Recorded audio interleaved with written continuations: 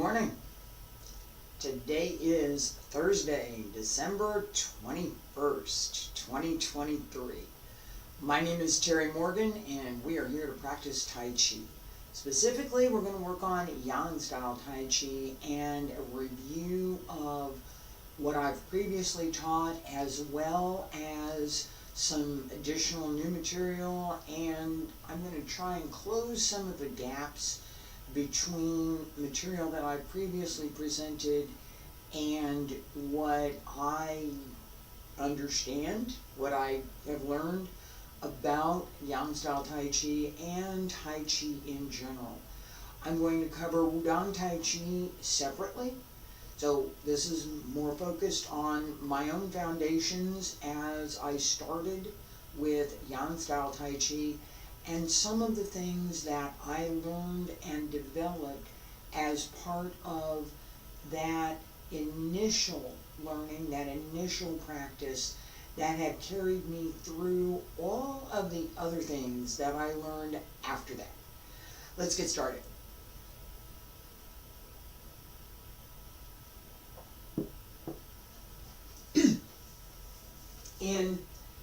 Excuse me, in my early practice, I was paying attention a lot to the movements, not so much to the internal workmanship. I didn't really, in my initial practice, this is when I first started, I didn't really understand this whole internal, what internal thing. No, we're going to do some stretches. Okay, that's good. I'm good with that. Let's do that. How we do the movement? Absolutely. I learned that in dance and theater. The way in which a character moves, the way in which a dancer moves, carry the story. Of course, there should be how to do the movement. Tai Chi is slow and relaxed, and we're going to do these slow and relaxed stretches. That's great. Feels good. Absolutely. There's more to it. There's more to it. All of these stretches, and we're going to do 3 sets today. This outward one, we're going to do the inward one, and then side to side. All of them incorporate the large heavenly circle, the small heavenly circle, and the tiny heavenly circle. Each of these circles has connection to and through the acupuncture points, the Laogong in the palm, the Yongchuan in the foot, the heel, Jiaogen, that rests against the floor.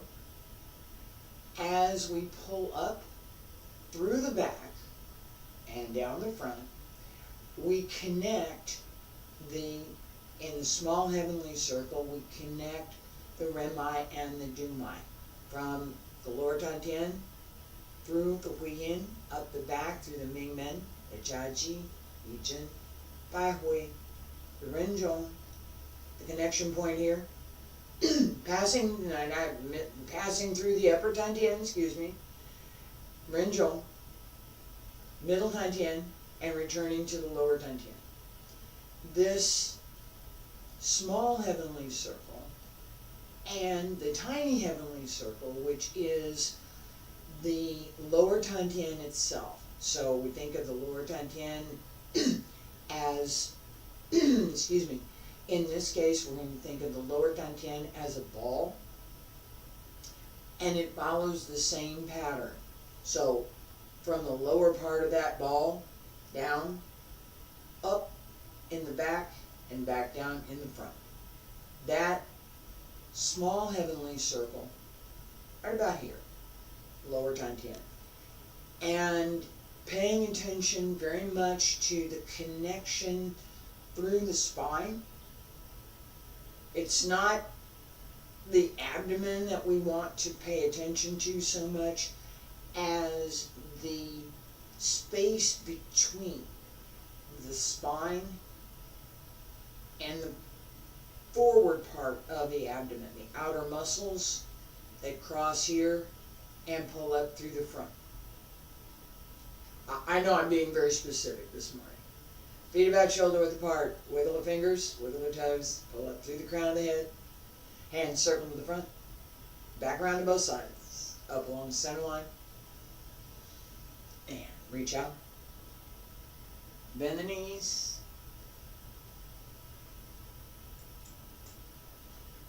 Roll up through the back as you come up. Relax the breath.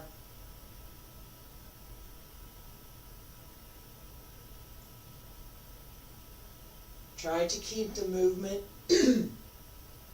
my speaking voice this morning, try to keep the movement as smooth and continuous as possible.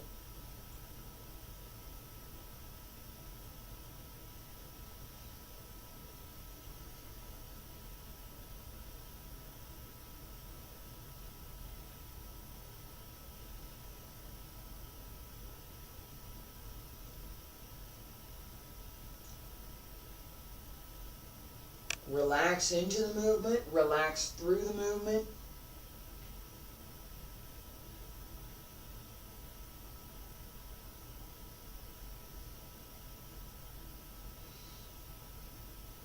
Two more, pay attention to the movement.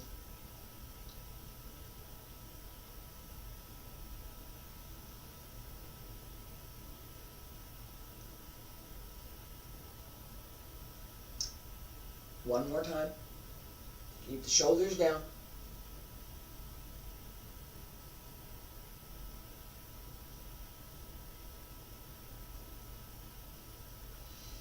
Roll up. Fingertips reach up. Elbows drop down. Wrists follow the fingertips down. Roll down.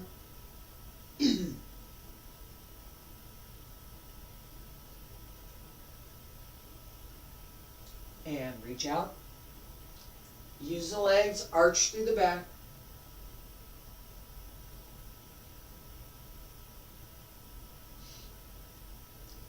Use the legs to lift. Extend and relax through the back. Don't lift through the back. I'll talk about that in a minute. Lift through the abdomen and the legs.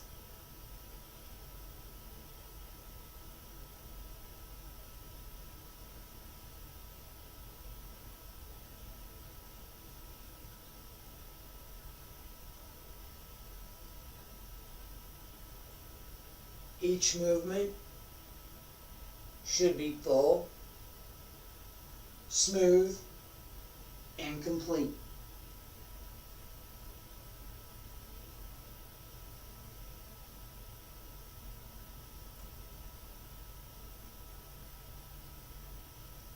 Two more.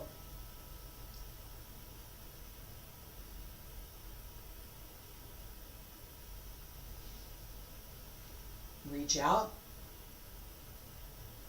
Look up. Follow the space between the hands. Last time. And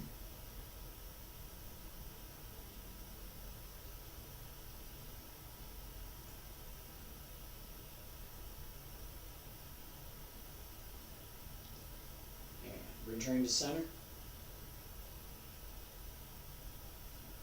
Both hands circle the front again. I'm going to turn to my right. You turn to your left. Follow the space between the hands. Turn in the hip. Big circle.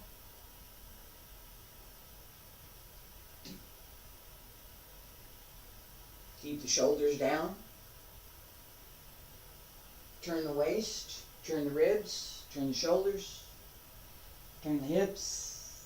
Don't move the feet. I'm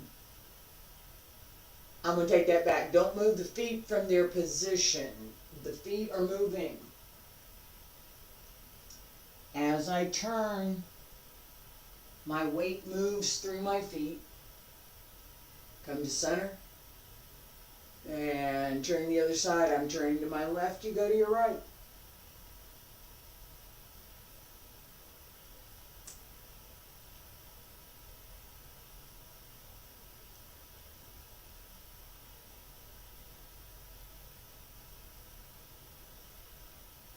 big circle.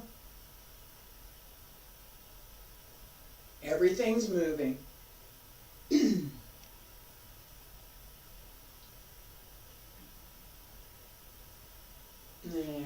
last time, come to center, elbows drop down, wrists, hands return to your sides.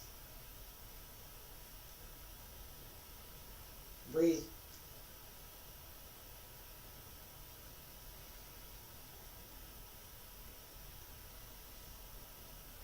There's more. I'm going to stop for a second. I'll be right back.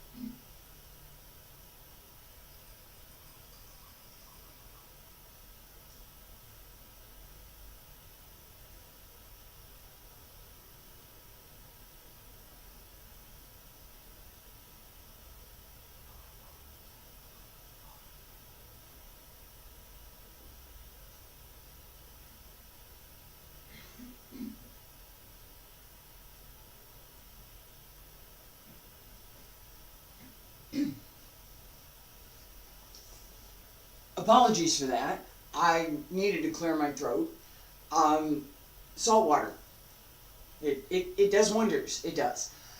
If I didn't, it's one of those mornings, okay? So, as we practice this slow motion practice, what we just did, is part of my foundation. That's how I started learning. The idea that this was, in my terms at the time, this was an adagio. This was slow. Not an allegro, but adagio. Allegro's happy, adagio slow. So I was good at that. I could move slowly. The quick stuff I wasn't so great at, but the slower stuff where I needed to work through something and move gracefully. I did learn how to move gracefully, I did. And I still do. That part of, and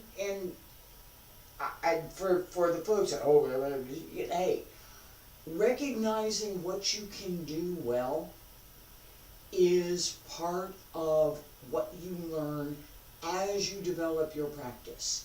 If you're always thinking, I can't do that very well, I'm never going to do that well, I didn't do that very well, I never did it, blah, blah, blah. And listening to the people who say, you can't say you do that well, yeah, no, you can't say that. Hey, yes I can. I can do this one. There are other things I don't do quite so well. There are. That recognition is one of the things that I hope anybody who has ever listened to any one of my classes takes away from my teaching. Everybody has things they can do well. There are movements that you like. There are movements that, I don't like that so much. There's still things you need to learn, but that distinction, that knowing, I like this, I don't really like that. I like Tai Chi. I did not like Aikido. I tried. I didn't. It wasn't for me. I tried Judo too. No. But I like Tai Chi. And Tai Chi push hands? Yeah. And there's some China, which is very similar to some of the things in Aikido, and Judo, that I learned, and just a little bit, not a lot. understanding that part of who you are, why you practice, what you're doing in your practice, why you want, what you yourself, not the particulars of the art, what you're doing in your practice. What are you trying to develop? What's your goal? What are you building? What's your current idea for what you want to do, and what do you think you're going to do in the future? What do you plan to do with that? I want to learn a few things so I can go to the beach and get up and do something and enjoy myself. Great. I used to go to the beach and practice. It's great. Wonderful. I want to learn more. Great. That's good too. That understanding. What can I do? Do I do it reasonably well? If so, what do I want to do next so that I can move on? The idea that I'm never going to say I do something well. No.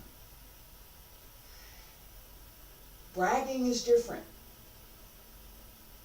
Okay? Acknowledging what you do well isn't bragging. Bragging is, I'm really good at this. Yeah, I'm the best. I'm the best. Yeah. No, I'm probably not the best, especially,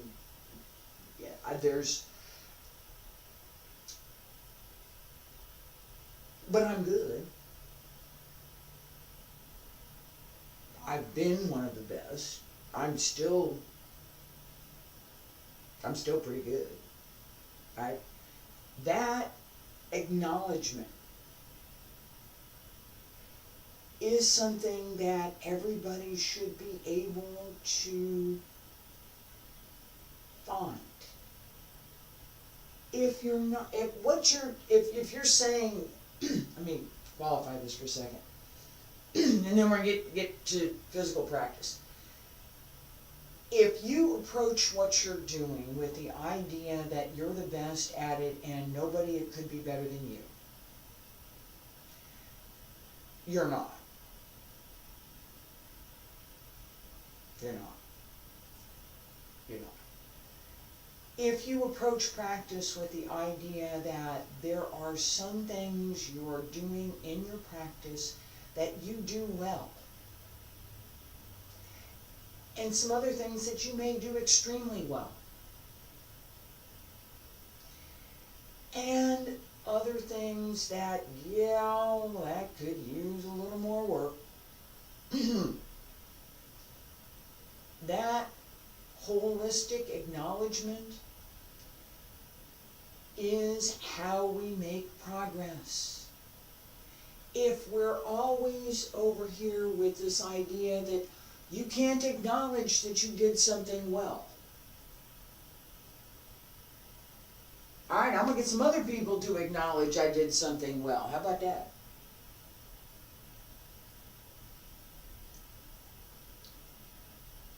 Medals, trophies. Other people acknowledging that I did something well. That reference point. So it's not just me standing in a room saying, hey, I'm great. Hey, I did that. Yeah, no. There's part of having tested that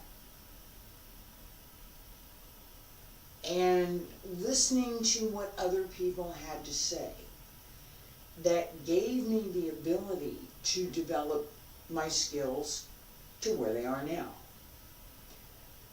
Not perfect. Not. Several things that I wish I could still do that. Oh well. I might still be able to. I'm going to work on it. And other things that I will never be able to do again. I'm not 20 years old. Yeah. The quality of movement that a person in their 20s and 30s has is different than the quality of movement a person in their 40s and 50s has. When that moves to the 60s and 70s, that quality changes. It does. As we age, our bodies change. It's inevitable. So, I'm not 20 years old anymore. I can't do what I could do when I was 20. I can't. I can come close on some things. Other things, not going to happen. That recognition and, excuse me,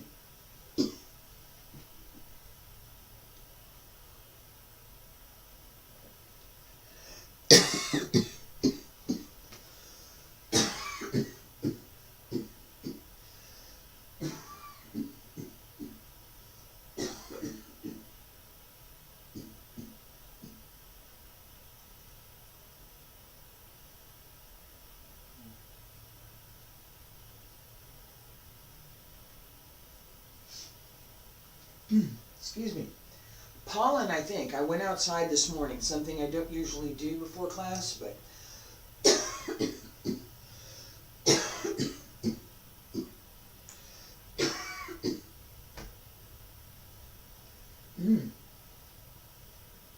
yeah, normally before class I sit down and do a little preparation for class. This morning I went outside for a minute.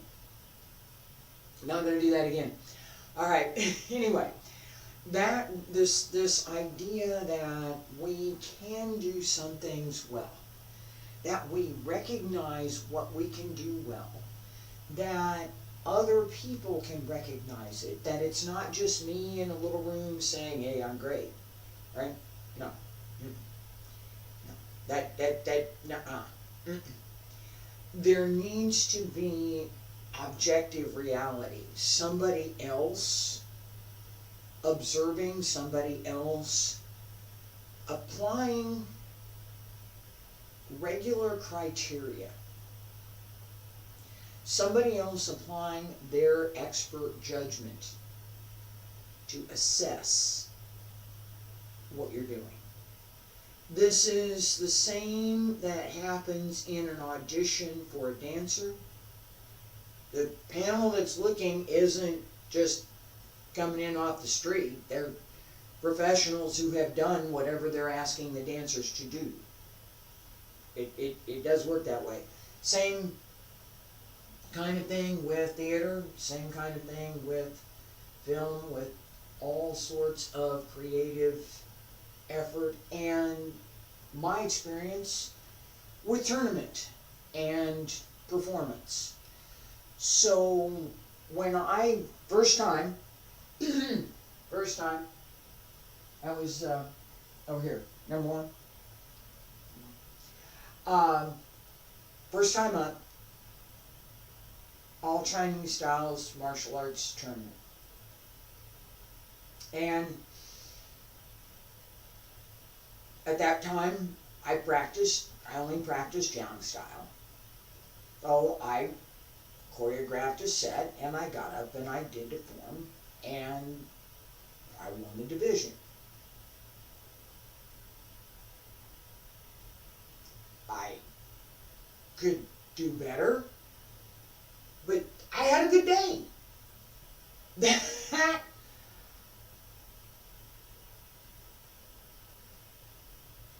expert assessment of what I was doing is part of why I'm here today. Right? It's not,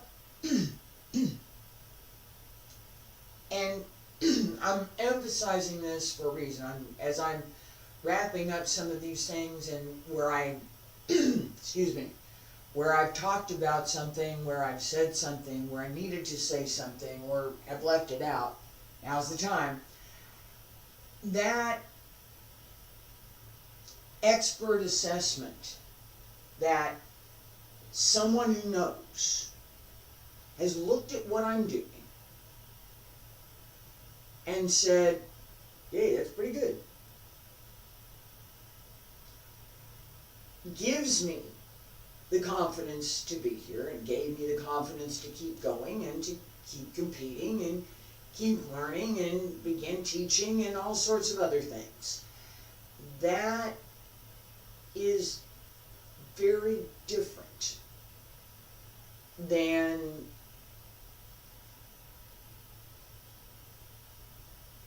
someone who's read books, practiced on their own, but never had a teacher. Never stood up in front of an audience of their peers to do something and had it be assessed. Is a difference. And I talked about this with foundations, and how do we decide? How do we assess? Does this person know what they're doing? I don't know. You know, if you look at me, all you see is what I got here. That's it. That's all you see. You don't see beyond the appearances. Well, how can she know anything about it? Oh, yeah, but I do. That idea that we look beyond appearances, that someone who appears to know might not.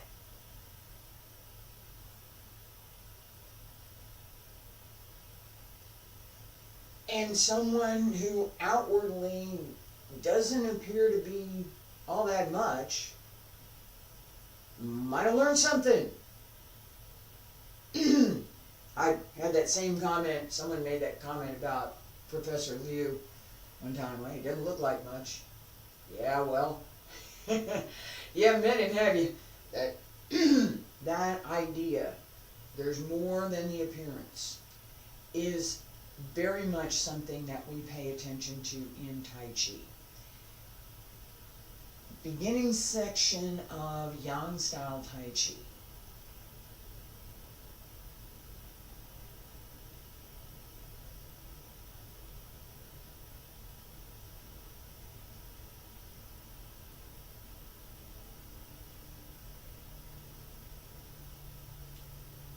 As I'm moving, each movement,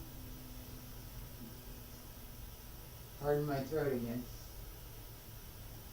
each movement should be smooth and continuous, even and complete, so that the appearance, the outward appearance, is that there is no stopping, that each movement follows the next.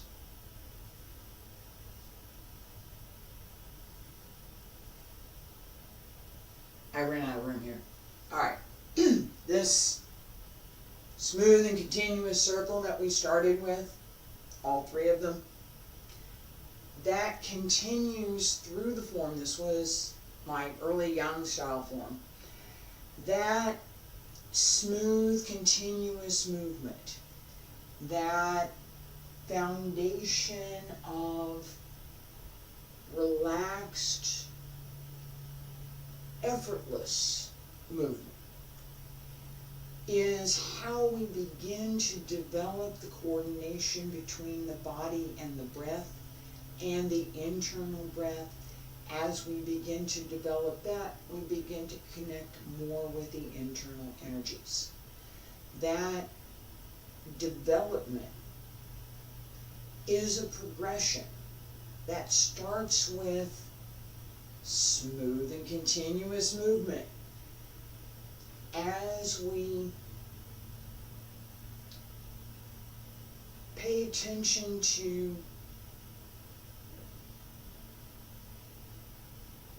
what we're doing.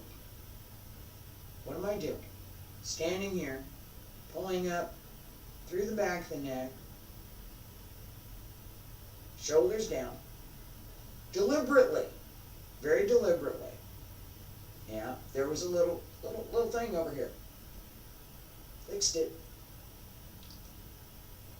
Alright. Sink. Open. This is the first opening that I learned. Yeah. Wherever I stop here, that's where I stay. My waist should stay at the same level to the floor throughout each movement. So this idea of smooth and continuous, refined,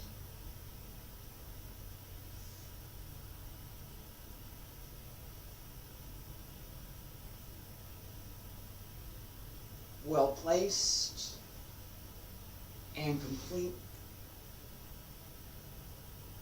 is always present.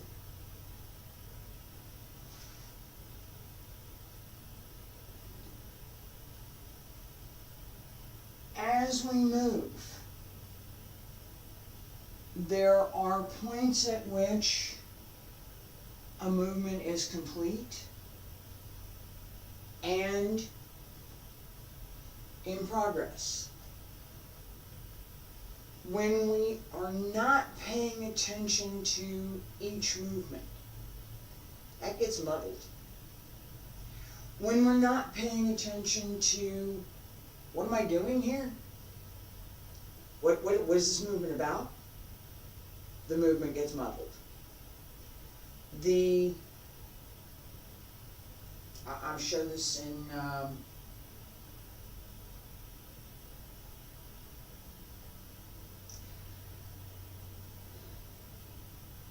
grasp the bird's tail.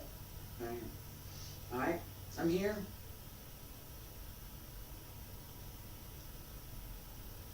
Alright, that's more or less correct. I start out, right hand ward off.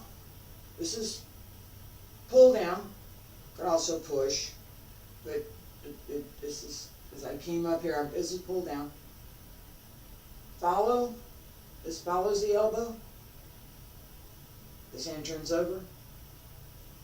Now, pull down both hands. I just got your arm, and I'm pulling. Alright? Pull down.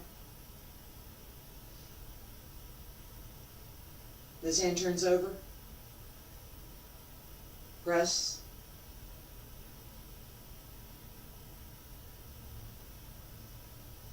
Roll over the arm and separate, open, shoulders down. Sink into the hips. Straight through the legs. Push. And a little bit up at the end, right? So, right here, push. Talk about that in a minute. Push. Right. That series. Don't do this. This is wrong. Don't do this. Okay? Don't do this. Right. Don't. You see where my arm is? That's not where it's supposed to be. It's not. Not where my arm's supposed to be. This hand's more or less okay. This is not where it's supposed to be. Okay? Here. Not here. Not here. Here. Shoulder is higher than the elbow. Elbow is higher than the wrist. Not by much. Not in this move, not by much. Alright? But it should be nice slope to the arm. Middle touch in, and the elbow in the center of the palm. Right? Same height. If I turn this way, they're aligned. I'm not turned that way, I'm here. They're still aligned. Right? Other hand. In what I've learned from Yang style, this hand comes to the arm. In Wudang style, it's a palm. Over here, Yang style. Alright, so, here. Don't do this. No. Don't do this either.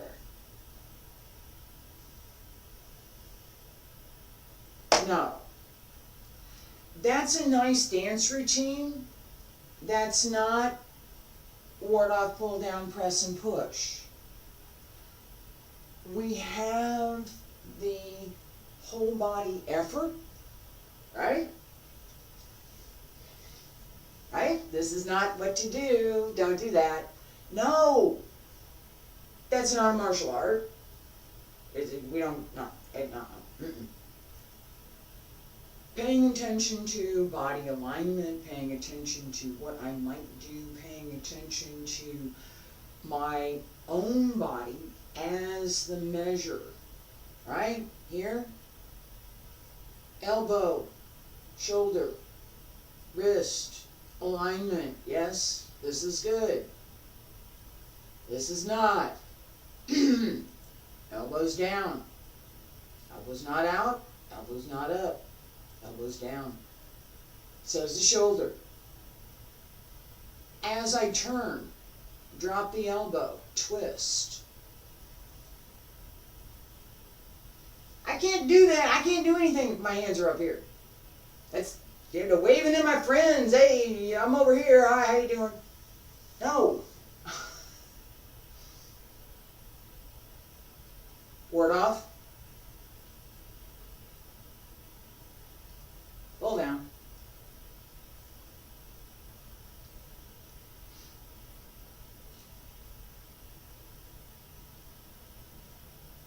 This hand takes the wrist to the outside, this hand takes the elbow, both twist. It's applications. This comes from the back leg and goes in, press. And you don't stop. Keep going. This opens. So, this idea, press, open. It's not this, right? But here. Shoulders down, arms roll, and push. My target is hips or ribs. Push. That idea that there's something behind.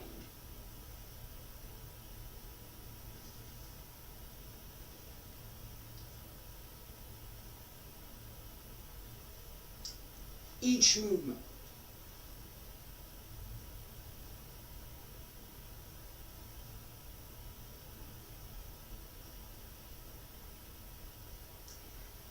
Needs to be available. It's present even when I'm not paying as much attention to it as I just was.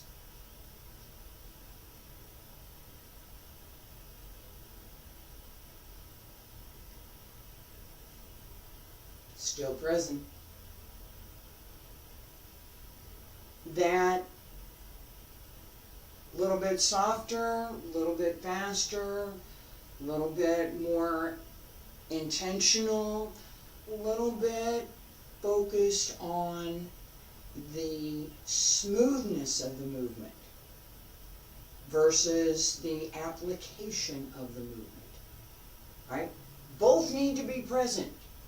The application's not going to be Tai Chi unless that smooth, relaxed, connected quality is there. The strength, the capability in the person who's using the application. What can you do? And it goes back to knowing what you can do, right? if you don't recognize, yes, I can do this, yeah, that's probably never going to work for me, right? I'm probably never going to be really good at a shoulder throw. It's just not going to happen. I just don't have it. Hips, yeah, oh, I can do hips. Yeah. That recognition that this one's not going to work for me. It's not. But this one could. Gives me some advantage in whatever it is I'm doing. It's not that I shouldn't pay attention to what I need to do for a shoulder throw. It's that I'm probably never going to use it because I'm not going to be really good at it. What else could I do? Lots of things. In Tai Chi, we have this idea that as we're moving, we have application here. I could step, come around. There's lots of things, lots of opportunities. Ward off, pull down. Alright, twist, side. There's all sorts of things that are potentially available to me that I may not focus on today, but I might focus on tomorrow. And whether or not I use any one in particular will depend on my own body, circumstance, my opponent, and what may give me whatever advantage it is that I need. Am I in competition and do I need points, right? What do I need to do to get points? If I'm in a self-defense situation, well, what do I need to do to not be hurt, injured, not have somebody else be hurt or injured? What do I need to do for that? That process, developing the skill, building that available skill. You're going to get my elbow first. You are. You're going to get my elbow first. There it is. You are. Or, I'm going to be more helpful that time.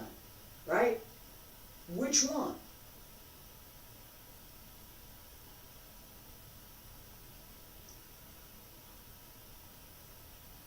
They're both available. The same idea in Tai Chi. As we practice, we want to pay attention to what might be available. Not, let me go wave my hands around and feel like I've just done some dance thing. Okay? The more we pay attention to what the art offers, not how we can change it somehow, what it offers. That's me talking, this is my teaching, right? The more we pay attention to what the art offers, how it's been developed, how the movements are arranged, the more we learn about how to do, how to work with, and how to develop our skills in that art. You develop your skills in a different art, okay, then fine. We're talking about Tai Chi this morning. Talked about Xingyi yesterday, right? We're talking about Qigong tomorrow. In Yang style Tai Chi, I talked about this briefly. I'm going to mention it and then I'm going to close up for today. There are a couple of versions of Yang style Tai Chi forms. I have learned the long form. That's the only form I know. Okay, I recognize the 24 set, I recognize the 48 set, I recognize several variations in Yang style Tai Chi that are orthodox variations, well developed and well defined, not I pull this up off the shelf and I pull this in and I want to do this and I want to do that, so I made up my own thing. No, no, no. Well-defined, well-recognized Taiji systems that have at their foundation Yang style Tai Chi. Wu style Tai Chi, yeah, it's a little bit different. Wudang style Tai Chi, yeah, that's different. Chen style Tai Chi is different as well. So there are variations in Tai Chi, there are variations within Yang style itself. There are variations within Wudang style as well. I've seen some interesting things, actually. I have. That sometimes questionable things, actually. So as my own skills developed in practice and watching others and tournaments and, you know, what happened with this and what happened with that, who's practicing what and how they're practicing, who gets points, who's my competition today. Who's my competition today? That sense of what we're doing in the form as we develop, and that comprehensive nature of the forms that have been developed, the forms that we practice. So 103, 108 movements in the set. The foundation elements for Yang style are all in this, I'm going to try and do this here, are all in this very first segment.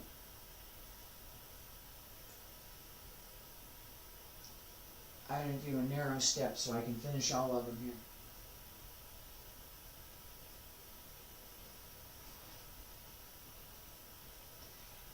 As we pay attention to each move, right? Yes, there are applications behind all of this.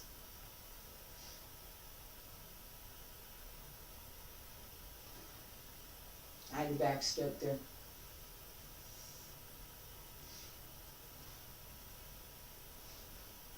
Part 2.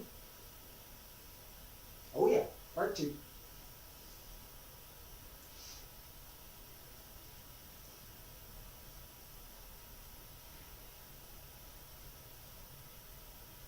I believe I have not covered part 2. I don't think I've covered part 3 either. So there's that. I'm going to double check and make sure what's there.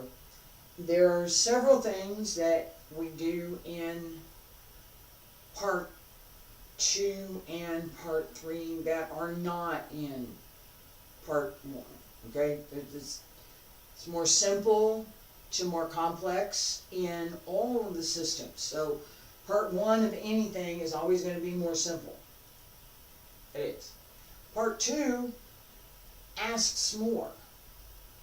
And in part 3 in Yang style we do a little bit more, and we're asked to revisit quite a bit of what we have done in part 1, part 2, as we complete the form. So I have more to cover. I will be back tomorrow with Wudang Qigong. We're still working on set 1. I'm going to look at Professor Mu's book a little bit more, and we'll finish with set 1 tomorrow. Next week, Xingyi on Wednesday.